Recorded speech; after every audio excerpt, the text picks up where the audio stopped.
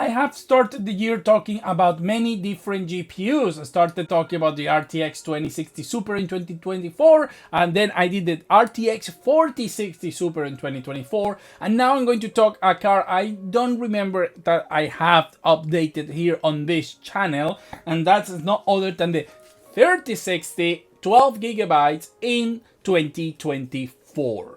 So I think this is going to be interesting for a different reasons. I think this car obviously is right now being discounted somewhere. It can be found for cheaper prices than sometimes the 4060 and so on.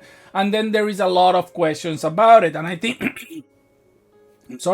even for me, it was an interesting exercise testing this car right now just after the 4060. And the reason is because when the 4060 came to the market, there was a lot of criticism about a couple of things. To begin with is the fact that the car has 4 gigabytes of VRAM less than the 3060. Okay, so I think it's the first time that something like that happens. I mean that the same series come, the new one, with less VRAM than the previous generation. Anyway, but that's not the only thing that this car was criticized for. It was also for the fact that this has a memory bandwidth of 128-bit instead of 192-bit like the 3060. However, Nvidia claims that because they are using a big cache, L2, L3, I don't know what level or how it's called, I don't remember right now, but it's using a big cache, then the need for RAM, or at least in the transfer, is less pronounced, and they don't need so big bandwidth because that cache is going to help on that regards compared, for example, with the 3060. So after testing the 4060, testing the 3060 is quite an interesting exercise. So what I have decided is to test on the same exact games that I have tested the 4060, and also in many cases on the exact same settings. It's obviously the exact same computer with the exact same drivers and everything else exactly the same. So the reason why it's interesting is because there is a debate on, is it better to buy the 3060 with 12 gigabytes of VRAM or the 4060 with 8 gigabytes of VRAM, leaving aside the whole frame generation thing, okay? Let's forget for a second that. So let's now go check the benchmark and then I'll come to my conclusions, okay? So since we're testing the same games, we start with Dying Light 2, and in this case I had to play at 1440p DLSS performance with full RT preset to compare it to the 4060. And even though the results for a 3060 are quite good, the performance is not as good as the 4060 because it can dip more often under 60 FPS, while it was more performant on the 4060, which was using DLSS balance instead of performance. So we have better clarity and better performance on the 4060. So the 4 gigabytes of VRAM extra that this car has, even with full ray tracing preset, is not really helping at all because this is GPU limited essentially. It's a good result for the 3060, but this is starting to show what I want to go with.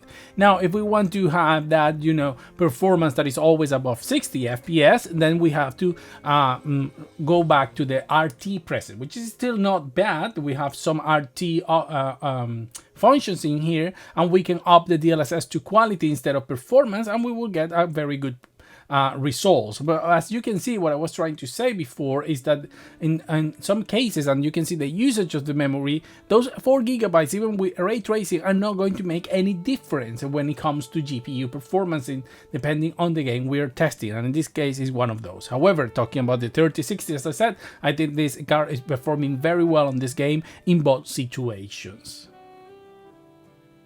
Now, when it comes to Hogwarts Legacy, I tested the exact same preset that we tested on the 4060, and once again we are getting like lower results by about 10 to 12 frames per second, which is still not bad, but it depends on what sort of monitor you have. If you have a VRM monitor that starts from 40, then you are not going to have a bad experience. However, on the 4060 we were able to get normally above 60 FPS using the same preset. So once again, As you can see here, this game is only using around 6.5 gigs of VRAM and is allocating 8.6. So the 4060 was more than enough with the VRAM for this same preset. So in this case, the 4060 is still a little bit better in this game. So if we want to keep now the 60 FPS or the 60 FPS above all the time, we need to remove all the RT options and just leave, for example, RTAO, ambient occlusion, and we are going to have a much better experience.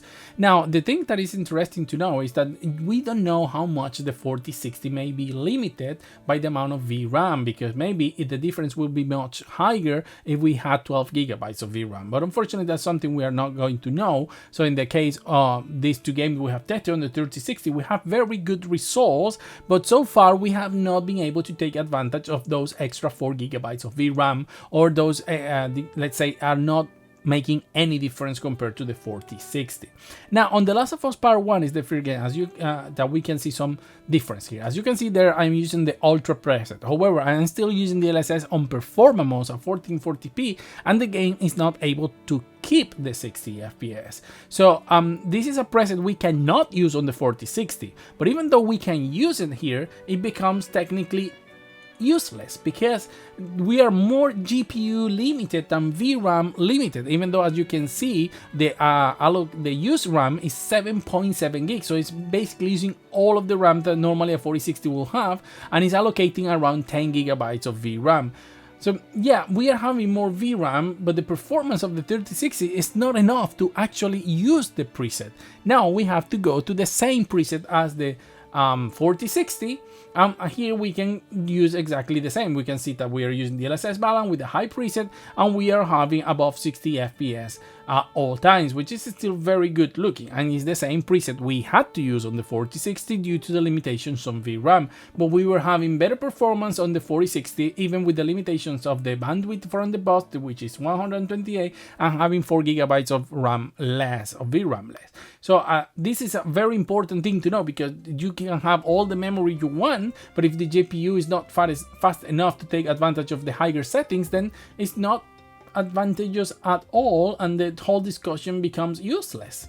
So this instead in Spider-Man Morales is where we can actually see the first difference that those extra 4 gigs of VRAM can do. As you can see there, it's using 8.5 at the exact same preset we were using on the 4060, and is allocating 10.7 gigabytes of VRAM.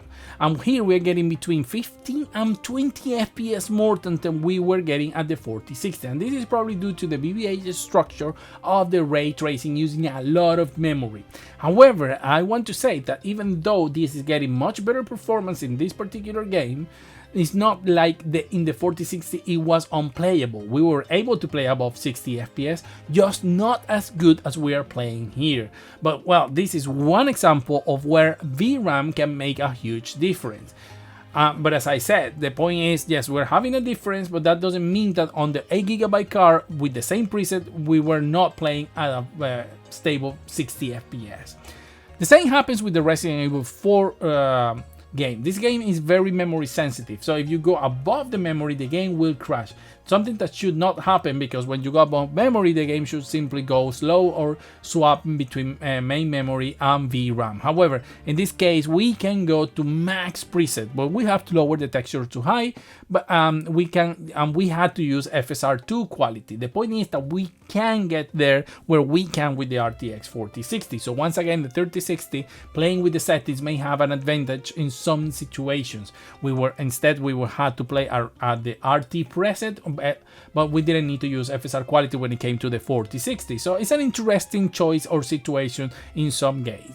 Now, in Starfield, this is a game that, as you can see, is using very little memory, just 5 gigabytes. So we have around 7 gigabytes not being used on the 3060. And because of GPU constraints, the higher we can go is medium preset at 1440p with DLSS balance, because the moment we set high, the game is constantly below 60 FPS. And we didn't have this problem with the 4060, where we're actually using the high preset, because this game is not that memory intensive. So once again, having more memory is not helping us in this case. It could be that in games like Spider-Man, for example, with the 4060 having 12 gigabytes will have been even faster, and it's limited by the frame buffer. That is true. But well, as you see in Starfield, didn't happen. Now here we on Alan Wake 2 using the exact same preset we were using the 4060, and this is a very arty game and very light and so on.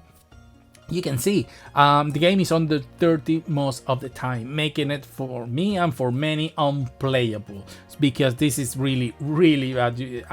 I'm not a 60 FPS snob, but at least I want the minimum is a 30 FPS, very stable 30 FPS, and this is definitely not. And you cannot play with this game at using ray tracing at all, even low preset. Instead, on the 4060, even with 8 GB of VRAM, we were around 40 frames per second, which is not bad if you have a monitor that supports that, and you will have a very good experience on the exact same settings. So that's very important to notice.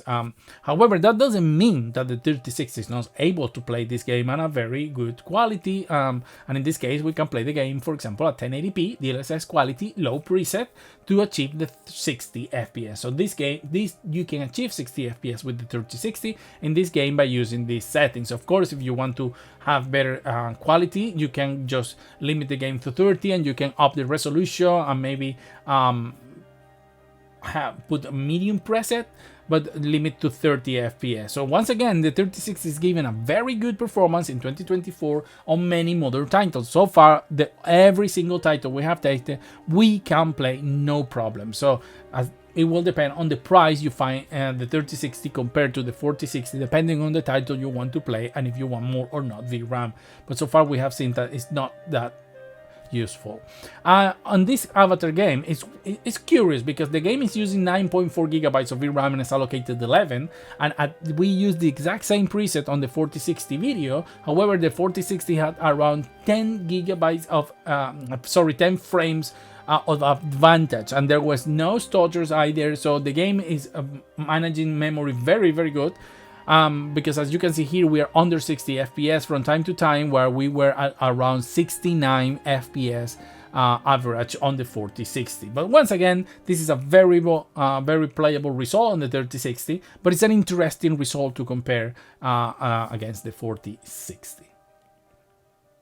Finally, on Cyberpunk, I tested the first part, and it's interesting because here we're having 1440p DLSS balance and Ultra RT preset, which is what the same settings I tested on the 4060, and we get quite similar results. We have an average of 49 on the 4060, and we are having an average of 42 on the 3060, so I wouldn't call a big difference in this case with all the RT preset. But as you can see, this card, even at these settings, is not using more than 7 GB of VRAM, so the VRAM is once again not making a big difference. I guess the 3060 just with the bandwidth is probably helping to have a close match compared to the 4060. So that's quite good result from my point of view. Now we go overdrive, and we were able to get to 60 FPS on the 4060 at 1080p. I couldn't get to 60 FPS no matter what with the 3060. So in this case, I prefer to use 1440p DLSS performance. But it's interesting because we are having a much better experience than any PlayStation 5 or Xbox Series, because we have the game completely path traced at 1440p with DLSS performance, which I think is a phenomenal result if you have no problems playing at 30 FPS. So as you can see, the 3060 in 2024 is still quite a capable and performant card that I would recommend. Now the question is, do you prefer the 12 GB of VRAM for this or the 4060? So as you have seen, it's quite an interesting finding from my point of view, at least because I didn't have the RTX 4060 before. And yes, I am 100% still criticizing that a card this level should not come with 8 GB of VRAM. It should have at least 12. That's the minimum I expect for a card this level. However, as we have seen, it's also true that those 8 GB of VRAM are not making the difference that we think. Now, it's true that this one, if it came with 12 GB, maybe the difference we'll see is much bigger. And those 8 GB are limiting how good it could have been. However, compared to the 3060, in most cases, it's not making a huge difference, okay? In terms of the 4060, it's still a better choice. because even in those games that you could take advantage of at that extra VRAM, the power of the 3060 is not enough to keep those settings. What I mean is, for example, in The Last of Us Part 1, we could put the Ultra preset. We could use it, okay, with this card because it's inside the VRAM. Because if I use Ultra on the 4060, it goes outside. It's using around 11 gigs of VRAM, and obviously the 4060 can handle that, and it goes very slow. And even though the 3060 can handle that, the frame rate is still under 60, which means that you still have to go at least to high to keep the good performance. And on other games like Alan Wake 2, for example, even a game that is very ray trace heavy and so on, you cannot use ray tracing on the 3060, even with the 12 gigabytes. At least on the levels we are testing, you will have to go lower resolution and so on. And even with 4 gigabytes of VRAM less, you can have a better experience with the 4060. Frame generation aside, just using pure normal frame rate, okay? You can have low RT and low settings and play the game. You cannot have any level of ray tracing at 4040p, even using DLSS, because the game tanks under 30 FPS. And in many other games, even though the 3060 was close, the 4060 kept an advantage in frame. The only game that didn't follow this pattern was Spider-Man Miles Morales, and I think because the ray tracing option obviously is taking advantage of that extra RAM that the 3060 have on the BVH structure, and was, faster actually on the 3060. However, the thing that I'm seeing is that even though it was faster on the 3060, it was not the case of Alan Wake, where on the 4060 it was unplayable, like it was unplayable on the 3060. So it was slower, but the 4060 still delivered enough frame rate to have like a 60 FPS experience. So even those 4 gigs of RAM, and even if the game was running better on the 3060, the experience was not the same as an unplayable game like Alan Wake 2. So this becomes tricky then when you say, okay, I want to buy a new car, and what I'm going to buy. Of course, it will depend on the economy of your country, because maybe the 3060 cost half the price than a 4060, and of course it was not worth it then in that case. I don't know the situation of each country, and I don't know your own economic situation. You can find the RTX 3060 used in the used market for a much cheaper than the 4060. So of course the price is going to be very important when you are going to be deciding what card to play. But performance wise, we saw that most games, at least the ones I tested, like Starfield, The Last of Us Part 1, Avatar, and all of them actually ran better on the 4060, even if the 3060 had more VRAM. Yes, there are games, as I said, like Spider-Man that benefit from it, and games like Resident Evil 4 where you can go higher, because Resident Evil 4 is very VRAM sensitive, and so if you try to go and play close to the limit or over the limit, the game is going to crash. That shouldn't happen to begin with, okay? The game should stop there, should slow down, but it shouldn't crash. So that's unfortunately the situation for that game. But in general, I thought this was going to be like more... there was going to be more difference, or that we were going to see that VRAM in news and so on. And I was surprised. I was honestly surprised. I'm not saying that it's okay to come with 8 gigabytes. I want to repeat that. This card should have come with 12 as a minimum. But even having less VRAM, from my point of view, is a better choice depending on the price. If price was not the problem, I would go still with the 4060, because I saw better performance across the board for all games mostly. And that's what I want. And that's not taking into consideration frame generation, because then when we put frame generation into the equation, and that's a sort of a kind of a problem in some games, because it will use even more VRAM. But the thing is that even with frame generation, you are going to get better frame rate. We were able to play this Cyberpunk path trace on this card at 60 FPS, even if it was a 1080p, But here, then you have to play the same game, patch trace, but you will have to play at 30 FPS at 1440p with DLSS performance. So that means that you will have, to sacrifice that. While here, you can have the same game, 1080p, 60 FPS, frame generation, and all of that active, and have a better experience than with this card. Of course, you can also play a 1440p with this card if you limit to 30 FPS. So we have a more broad range of options with the 4060 than with the 3060. And yes, FSR3 may also, shorten the difference, but unfortunately, Cyberpunk didn't have it, and I didn't want to use any mod to show my point. So there you go. What would you do if money was not the problem? Would you go for the 3060 12 gigabytes or for the 4060 8 gigabytes? Of course, money is always a thing to consider, and it will depend on the situation of your country. But I think with this video, you can make a better selection. You can have a better decision, knowing exactly how they're going to behave and how that VRAM shortness is going to affect you in particular, depending on the games you want to play. So that's it for now. That's my resume for these three cards. I don't have any new GPU at the moment to test, but some games are coming and we are going to be testing as always. So thank you very much and see you on the next video.